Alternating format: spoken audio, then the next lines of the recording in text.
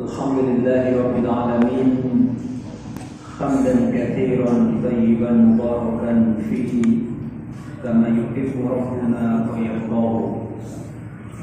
Asyhadu an la ilaha illallah wahdahu la syarika lah wa asyhadu anna Muhammadan abduhu wa rasuluhu la nabiyya wa rasula ba'dahu.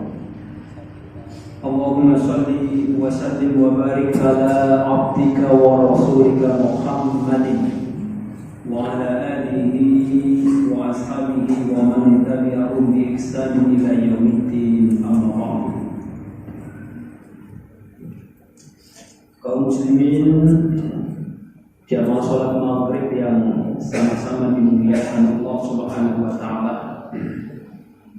sejenak kita mengucapkan alhamdulillahirabbil alamin sebagai salah satu tanda dan bukti akan kesyukuran kita kepada Allah Subhanahu wa taala yang senantiasa masih mencurahkan dan melimpahkan nikmat, sehingga dengan nikmat itu alhamdulillah pada kesempatan yang penuh berkah ini kita masih bisa melaksanakan salah satu perintah Allah Subhanahu wa taala, yaitu sholatul maghrib.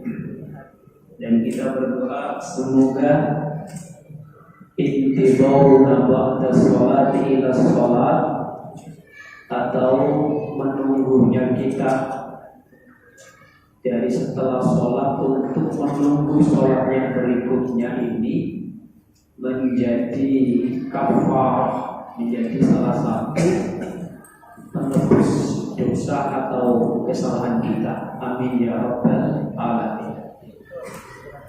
Bapak Ibu sekalian yang Allah muliakan, pada kesempatan ini Allah akan menyampaikan pembahasan yang mungkin sering kali dibahas, mungkin sering kali disampaikan oleh para penceramah, dai dan ustaz. Tetapi bagi kita, kalau sesuatu itu memang sangat penting, maka memang seharusnya bagi kita untuk tetap memiliki semangat untuk mendengarkannya. Atau mungkin ketika kita membaca sesuatu yang sangat penting itu, maka kita juga tetap dianjurkan dan bahkan harus tetap membacanya, ya. Atau mungkin melihatnya kalau melalui tayangan video dan lain sebagainya. Karena itu adalah urusan yang sangat penting. Apalagi hal itu menyangkut dengan urusan dan kebahagiaan akhirat kita. Maka tentu kita harus memiliki perhatian yang besar, sehingga meskipun ya materi itu diulang-ulang dalam setiap kesempatan, mudah-mudahan kita tetap semangat. Dan siapa tahu ada hal yang baru yang tentu itu akan bermanfaat bagi kita. Apa yang kita maksudkan di sini adalah bahwa mungkin ulun ya, pada kesempatan ini atau mungkin ada kesempatan lain akan mencoba untuk bagaimana sih agar kita sholat ini bisa khusyuk gitu, ya.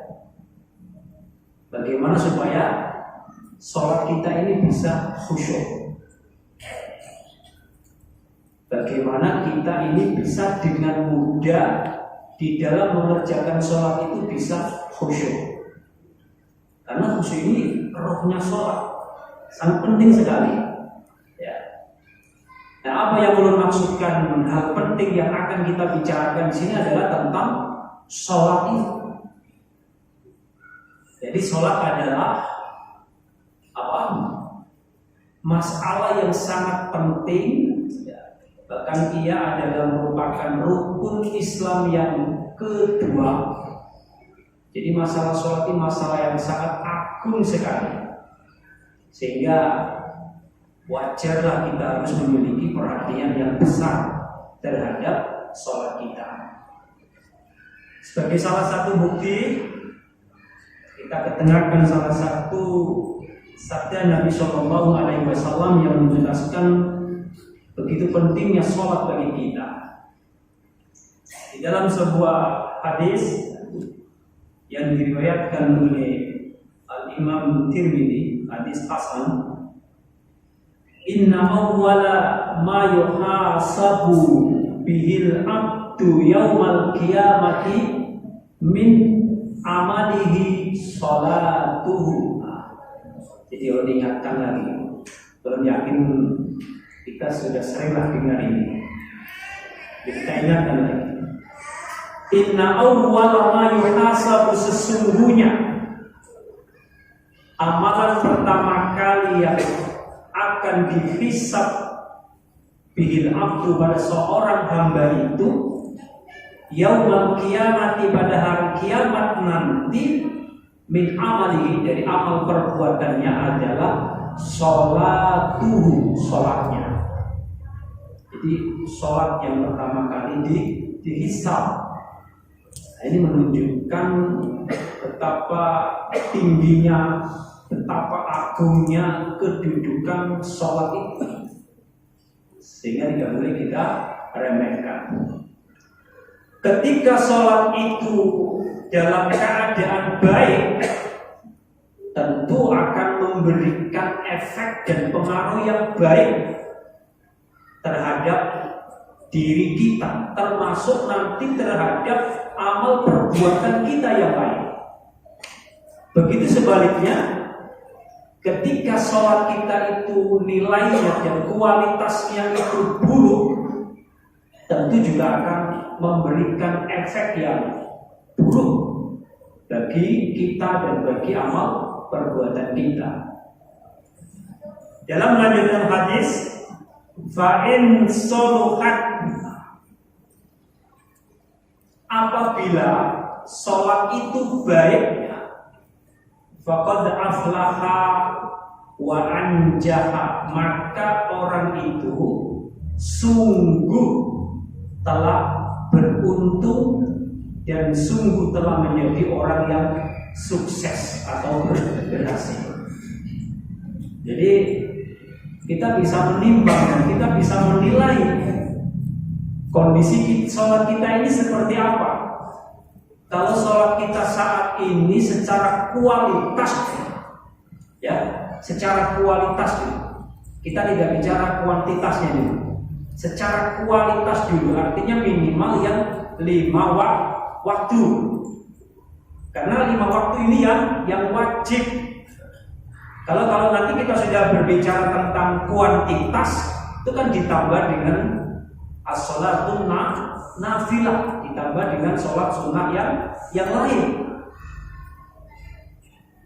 Kalau sholat 5 yang waktu tidak bisa ditambah lagi, karena secara kuantitasnya memang sudah di 5 fardu, 5 waktu saja. Zuhur, asar, maghrib, isya, subuh. Tidak ada lagi sholat selain yang 5 itu yang wajib. Ketika kita berbicara sholat 5 waktu, maka yang kita bicarakan adalah bagaimana nilai dan kualitas sholat itu. Nah, salah satu nanti yang bisa dilihat bagaimana kualitas sholat kita itu, ya nanti termasuk nanti adalah dilihatnya adalah khusyuknya itu. Khusyuknya itu nanti yang menjadi barometer atau ukuran sholat kita itu berkualitas atau tidak. Itu nanti akan kita sampaikan, ya. Ada trik, ada cara.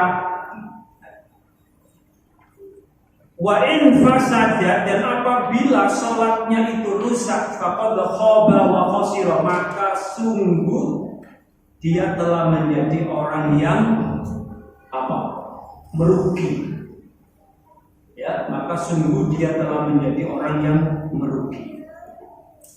Kenapa jadi orang merugi? Ya, jelas waktu tidak bisa kembali lagi.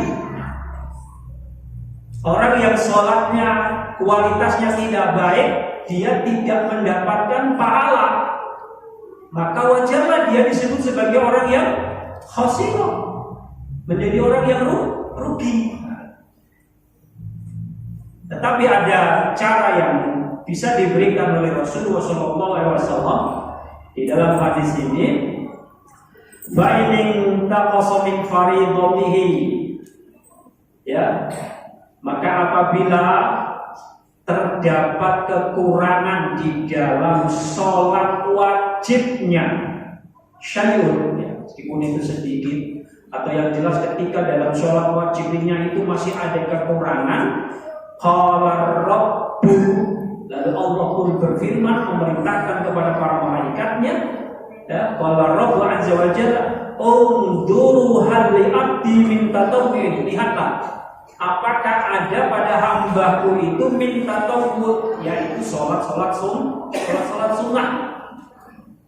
Wa yukammalu minha man taqasa minal faridati, maka akan disempurnakan kekurangan-kekurangan dari sholat yang fardu itu dengan sholat sunnah tadi itu akan ditambal, ya. Summa takunu sa'iru a'malihi ala hada, begitu juga seluruh amal ibadahnya akan disempurnakan disebabkan karena sholat yang telah dia kerjakan itu. Ini jamaah sekalian yang dimuliakan Allah Subhanahu wa taala, kita tidak perlu merasa berkecil hati, ya, bahwa memang Allah dulu bahwa gak mungkin orang sholat itu bisa mencapai 100% khusyuk, tidak bisa. Nanti juga ada hadis-hadis yang menjelaskan bahwa Rasul pun di dalam sholatnya juga ada yang menunjukkan bahwa beliau juga khusyuknya pada saat itu hilang, berkurang. Nanti akan ada hadis yang menjelaskan itu. Makanya ketika ada kualitas sholat yang wajib itu kurang, dalam hal ini mungkin khusyuknya, makanya Allah memerintahkan kepada malaikat, lihatlah ada nggak sholat sunnahnya, yang mudah-mudahan dengan sholat sunnah itu menjadi tambahan sekaligus menjadi penambal bagi sholat kualitas wajibnya mungkin masih kurang. Nah, ini hadis yang pertama yang menunjukkan tentang pentingnya kedudukan sholat itu. Yang kedua, hadis kedua, ini hadis yang betul-betul patut menjadi perhatian kita, yang sekaligus mudah-mudahan menjadi introspeksi bagi diri kita. Dalam sebuah hadis, innar rajula la yusalli sittina sanatan ma tuqabbalu lahu salatun la'allahu yutimmu ruku'a wa la yutimmu sujuda wa yutimmu sujuda wa la yutimmu ruku'a. Hadis hasan Ibnu Abi Syaibah bin Abi Hurairah. Ini hadis kedua yang menunjukkan keagungan dan pentingnya sholat. Kata Nabi Shallallahu Alaihi Wasallam, innar rajula, sesungguhnya ada seseorang yang sudah sholat sittina sanatan, berapa itu? 60 tahun. Matu kebalulahu sholatun, coba 60 tahun sholat, tetapi sholatnya itu tidak ada yang diterima. Na'udzubillah summa na'udzubillah min dzalik. Padahal umur manusia itu berapa? Akmaru ummati ma baina sittin. Padahal umur manusia ini kan berkisar antara 60 sampai 70, tetapi sedikit sekali yang mencapai umur 70 tahun. Meskipun ada, tapi sangat sedikit. Coba 60 tahun belum dipotong masa anak-anak ya. Taruhlah belum masa balik ya. Kalau baliknya umur 15 tahun, berapa itu sholat yang dilakukan sudah pada masa akil balik. Ini kan patut jadi renungan kita. Jangan sampai sholat yang kita lakukan ini ternyata tidak diterima oleh Allah Subhanahu wa Ta'ala. Nah, apa sebabnya? Nah, salah satunya Rasulullah SAW menjelaskan di dalam hadis ini, sebabnya adalah la'allahu yutimmur ruku'a. Kadang ada yang sholat itu dia memang sudah menyempurnakan rukuknya.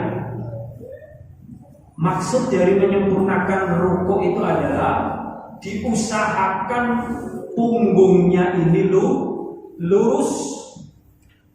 Lalu seakan-akan ketika gelas yang berisi air itu di atas punggungnya, gelas itu tidak gugur.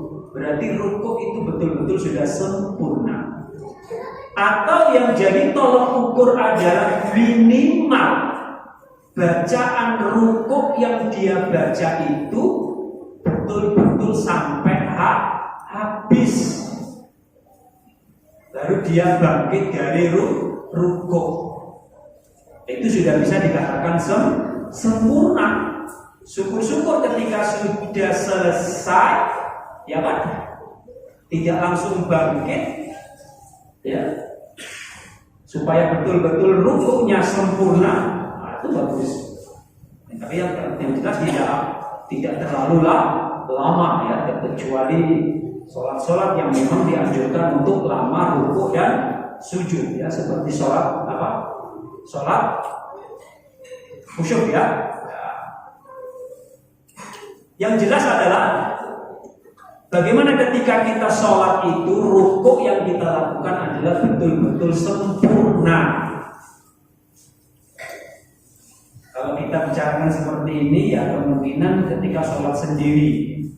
Kalau sholat jamaah insya Allah, kalau imamnya faham, mungkin kita selamat. Cuma kalau imamnya itu cepat, mungkin makmum pun apa? Kedodoran ya.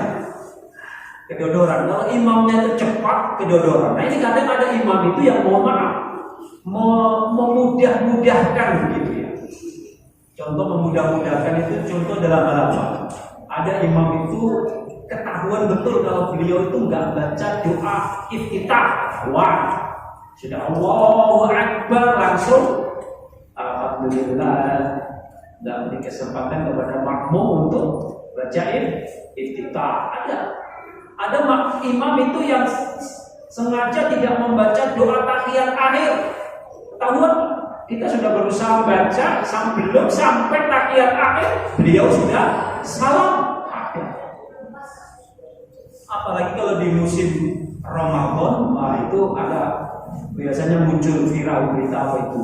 Sholat super kilat. Masya Allah, sholat super kilat. Rukuknya nggak sempurna, sujudnya nggak sempurna. Masya Allah. La'allahu yutimma ruku'a, bisa jadi dia sudah sempurna sholat rukuk, melaksanakan rukuknya, wala yutimmu sujuda, tetapi dia tidak menyempurnakan sujudnya. Wa yutimmu sujuda, dia sudah menyempurnakan sujudnya, wala yutimmu ruku'a, tapi rukuknya nggak disempurnakan. Jadi kedua-duanya antara rukuk dan sujud itu harus betul-betul kita lakukan dengan sempurna. Nah, salah satu tanda kesempurnaannya tadi adalah kalau sujud yang betul-betul 7 anggota tubuh itu sudah nempel di tanah, baru kita baca doa kita sudah habis, baru kita bangkit. Jangan ini sambil rukuk, sambil baca belum nempel, langsung sudah Allahu Akbar. Itu berarti tidak sempurna. tidak sempurna. Nah inilah yang dikatakan oleh Rasulullah SAW ketika ada orang sholat yang bentuknya seperti itu, maka jangan disalahkan kalau sholat itu tidak diterima. Dan inilah contoh terhadap sholat yang tidak memiliki kualitas tadi itu. Nah kalau itu dilakukan selama hayat, dilakukan selama hidupnya, apa yang dia dapat? Bapak sekalian yang muliakan. Nah, ketika kita berbicara tentang khusyuk, paling tidak khusyuk itu kan ada dua. Khusyuk secara gerakan dan khusyuk secara batin. Khusyuk gerakan itu lebih mudah dibandingkan dengan khusyuk batin. Khusyuk batinnya ini memang yang susah. Nah, orang yang ketika melaksanakan sholat lalu dia tidak mampu, tidak bisa melakukan rukuk dan sujud dengan sempurna, maka itu cerminan dari sholat orang yang tidak khusyuk. Karena dia melakukan gerakan yang terlalu cepat, sehingga bacaan yang harus dia baca dengan sempurna, dia baca dengan cepat dan lain sebagainya. Lalu menjadikan sholat itu tidak khusyuk. Kalau sholat itu tidak khusyuk, bahkan menjadikan sholat itu batal, tentu dia tidak akan dapat apa-apa. Karena mohon maaf Bapak Ibu sekalian yang muliakan, kita ini sholat, sama-sama sholat, pahala yang kita dapatkan tidak sama. Allah akan memberikan balasan sholat itu tergantung dengan seberapa besarnya khusyuk kita di dalam sholat itu. Hadis Nabi SAW menjelaskan, ini sebagai dalilnya. Innar rajula la yansarifu wa ma kutiba lahu illa ushru salatihi tus'uha thumunuha subu'uha sudusuha khumusuha rubu'uha sulusuha nisbuha. Rawahu Ahmad min Ammar bin Yasir. Ini hadis yang menunjukkan bahwa sholat kita itu akan diberi balasan oleh Allah sesuai atau menurut seberapa kadar kekhusyuan kita di dalam sholat itu. Innar rajula, kata Nabi, sesungguhnya seseorang layan sorifu telah mengerjakan sholat, habis sholat, wa ma kutiba lahu, dan tidaklah dia dicatat atau diberikan balasan atau pahala illa usyu sholatihi, ada yang diberi balasan 1/10. Kemudian tus'uha, ada yang diberi balasan 1/9. Sumunuha, ada yang diberi balasan 1/8. Subu'uha, ada yang diberi balasan 1/7. Sudusuha, ada yang diberi balasan 1/6. Khumusuha, ada yang diberi balasan 1/5. Rubu'uha 1/4. Thuluthuha 1/3. Nisfuha, lalu diberi balasan ada yang setengahnya. Coba, tidak sama Pak. Tidak sama. Nah, hadis ini juga menunjukkan bahwa selama kita sholat itu masih ada khusyuknya, maka insya Allah sholat kita itu masih berpahala. Sholat kita masih berpahala selama kita ini masih bisa menghadirkan khusyuk, masih bisa merenungkan apa yang kita baca, maka selama itu kita masih akan mendapatkan pahala. Ya kan? Gerakannya sempurna, bacaan yang kita baca, tetapi mungkin ada kekurangan di dalam konsentrasi kita tadi. Kekhusyuan kita secara batiniah kita tadi itu yang memang sulit. Insya Allah kita masih berpahala. Bapak sekalian yang ulun muliakan, sholat itu memang hebat. Hebatnya apa? Apapun yang kadang kita ingat, tapi bila sholat, ingat tak? Kawan ingat kita yang abut mencari kunci sepeda motor sampai pusing kepala, ada ketemu biar bawa sholat. Kada lawas hanya takbir pertama, rakaat pertama maksudnya kada lawas cling, di laci kamar tengah. Itu hebatnya sholat. Sholat yang paling susah untuk khusyuk adalah ketika kita berdiri. Betul tidak? Coba kalian pikirkan, sholat yang paling susah itu adalah khusyuk adalah ketika berdiri. Karena ini cukup lawas, berdiri lawas. Nah ini pikiran sudah macam-macam. Kenapa bisa seperti itu? Ya salah satunya karena setan tidak terima kita. Di dalam hadis Nabi itu kan jelaskan, setan itu ketika dikumandangkan azan dia lari terbirit-birit sampai terkentut-kentut kan gitu. Ya, azan selesai, berbulit pulang. Kemudian iqomah dikumandangkan, dia lari lagi terbirit-birit. Habis iqomah, berbulit pulang. Apa yang dilakukan? Wasbisudu rinnas kan membisikkan dan ingatlah ini.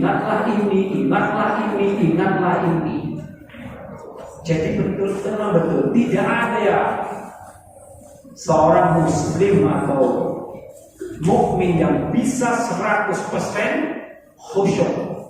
Khususnya yang ulun maksudkan adalah khusyuk secara batiniah. Yang ulun maksudkan ini adalah konsentrasi. Biar bertakon ulun, biar bang, kalau jawab jujur, tidak bisa 100% bisa konsentrasi. Tetapi yang terpenting adalah itu tadi, ketika ada gangguan setan, lalu kita teringat, harus segera kita kembalikan. Sadar bahwa kita ini sedang sholat. Jangan sampai ketika dari awal takbiratul ihram sampai salam, hati kita ini berdiskusi, tetapi berdiskusinya bukan dengan Allah. Apa yang diperoleh? Tidak ada yang diperoleh. Makanya di situ yang salah satu caranya ini kan setiap bacaan dia harus kita pahami. Masa selama 60 tahun kita ya kan? Subhana rabbiyal a'la saja nggak tahu artinya dan tidak paham maknanya, kan keterlaluan kita. Berarti kita tidak mau berusaha untuk memperbaiki secara kualitas sholat kita tadi itu. Nah, bagaimana supaya kita itu bisa konsentrasi di dalam sholat kita itu tadi? Salah satunya sudah kita sampaikan adalah minimal adalah kita memahami apa yang kita baca gitu. Supaya kita tidak, pikiran kita ini tidak kesana kemari. Bapak Ibu sekalian yang mulia, begitu pentingnya sholat. Banyak orang menggelar pelatihan sholat khusyuk. Ada yang ikut atau mungkin ada yang pernah ikut latihan sholat khusyuk, tetapi kadang ada yang salah. Katanya sholat khusyuk itu adalah sholat yang mampu mengkosongkan pikiran. Itu luput. Sholat itu sibuk dengan bacaan dan berkomunikasi dengan Allah. Mana mungkin orang sholat itu harus pikirannya kosong? Tidak bisa. Justru sholat itu harus betul-betul kita berkonsentrasi, bukan justru mengosongkan pikiran. Kalau mengosongkan pikiran berarti kemana pikiran kita? Padahal sholat itu harus kita hadirkan hati kita hadirkan pikiran kita bahwa kita ini sedang sholat. Nah, kalau ada pelatihan yang mengajarkan mengosongkan pikiran bahwa itu adalah sholat khusyuk, itu lupa. Salah itu, tidak benar. Coba, begitu pentingnya sholat dan orang-orang yang betul ingin supaya sholatnya bisa khusyuk, ya ada yang mengikuti pelatihan sholat yang bayarnya cukup mahal itu, ya cukup mahal supaya khusyuk di dalam sholat itu seperti apa. Bapak sekalian yang ulun mulia, ada sebuah asar dari sahabat Nabi Ibnu Abbas, beliau mengatakan, laisa laka min sholatika illa ma aqalta minha. Kata beliau, kamu tidak akan mendapatkan pahala dari sholatmu illa ma aqalta minha, kecuali apa yang engkau renungkan dari apa yang kau baca. Jadi nyambunglah dengan hadis tadi itu bahwa ada orang sholat itu nggak sama pahalanya. Ada yang mendapatkan 1/10, 1/9, 1/8, 1/7, 1/6, 1/5, 1/4, 1/3, separuh. Nah mungkin yang separuh itu tadi adalah dia mampu menghadirkan ketika membaca Allahumma ba'id baini wa baina khataaya, betul-betul dia paham, betul-betul dia renungkan, betul-betul dia tetap bisa menjaga. Nah, itu tadi yang akan diberi balasan. Cuma kalau sudah selesai, sudah hilang kemana pulang, gitu ya. Sadar pulang, kembali pulang kita, seperti itu. Ya, jadi yang jelas selama kita sholat, nah ini supaya kita nggak berkecil hati. Selama kita masih mampu menghadirkan konsentrasi kita dan kehadiran hati kita di dalam merenungi bacaan, yang itu juga menunjukkan kekhusyuan, maka selama itulah sholat kita masih berpahala, meskipun tidak bisa menggapai sampai 100% itu. Bapak Ibu sekalian yang dimuliakan Allah Subhanahu wa Ta'ala, jadi Allah masih belum menjelaskan bagaimana cara dan khusyuk. Masih belum awali dengan bagaimana supaya kita ini betul-betul memiliki perhatian saja dulu terhadap sholat kita, ya, khususnya bagaimana bisa mengarahkan kekhusyuan itu. Banyak hikmah ketika kita mampu menghadirkan sholat itu ketika menjadi khusyuk. Salah satunya adalah dalam Quran surah Al-Mu'minun ayat 1, qad aflahal mu'minun alladzina hum fi sholatihim khashi'un. Jelas, sungguh beruntunglah orang-orang beriman yang mereka mampu menghadirkan kekhusyuan di dalam sholat. Jadi orang sholat dan dia khusyuk, maka dia adalah orang yang beruntung. Sama dengan hadis Nabi tadi kan, inna awwala ma yuhasabu bihil abdu yaumal qiyamati min sholatihi min amalihi sholatuhu fa in saluhat faqad aflaha wa anjaha. Nyambung kan? Ya kan? Jadi orang beriman dan dia selalu menjaga sholatnya dan dia bisa menghadirkan kekhusyuan, dijamin dia adalah orang yang beruntung. Salah satu balasan bagi beruntung di ayat selanjutnya itu adalah ulaika humul warisun alladzina yarisunal firdaus. Salah satu keberuntungan yang akan diberikan bagi orang yang khusyuk di dalam sholat adalah dia akan mewarisi yang namanya surga. Kemudian yang kedua, hikmah bagi orang yang menjaga dan bisa menghadirkan khusyuk di dalam sholat adalah dijamin dia akan mendapatkan as-sakinatu fil qalb, yaitu ketenangan batin. Orang-orang yang sholatnya khusyuk itu batinnya akan dijamin tenang. Kayak apapun problem yang dia hadapi, dia tetap akan tenang batinnya. Jiwanya akan tetap tenang. Allah Subhanahu wa taala menjelaskan dalam Quran surah Al-Ma'arij ayat 19 sampai 23, Innal insana khuliqa halu'a. Sesungguhnya manusia itu diciptakan apa? Suka berkeluh kesah, galau, sedih, pusing. Idza massahu syarru jazu'a. Bila ditimpa kesusahan, dia selalu galau, ya kan, pusing dan lain sebagainya. Wa idza massahul khairu manu'an. Dan bila ditimpa kesenangan, kemudahan, rezeki yang melimpah, diberikan karunia oleh Allah, manu'ah, dia menjadi kikir. Jadi galau, sedih, kikir itu semua adalah penyakit hati, penyakit jiwa, penyakit batin.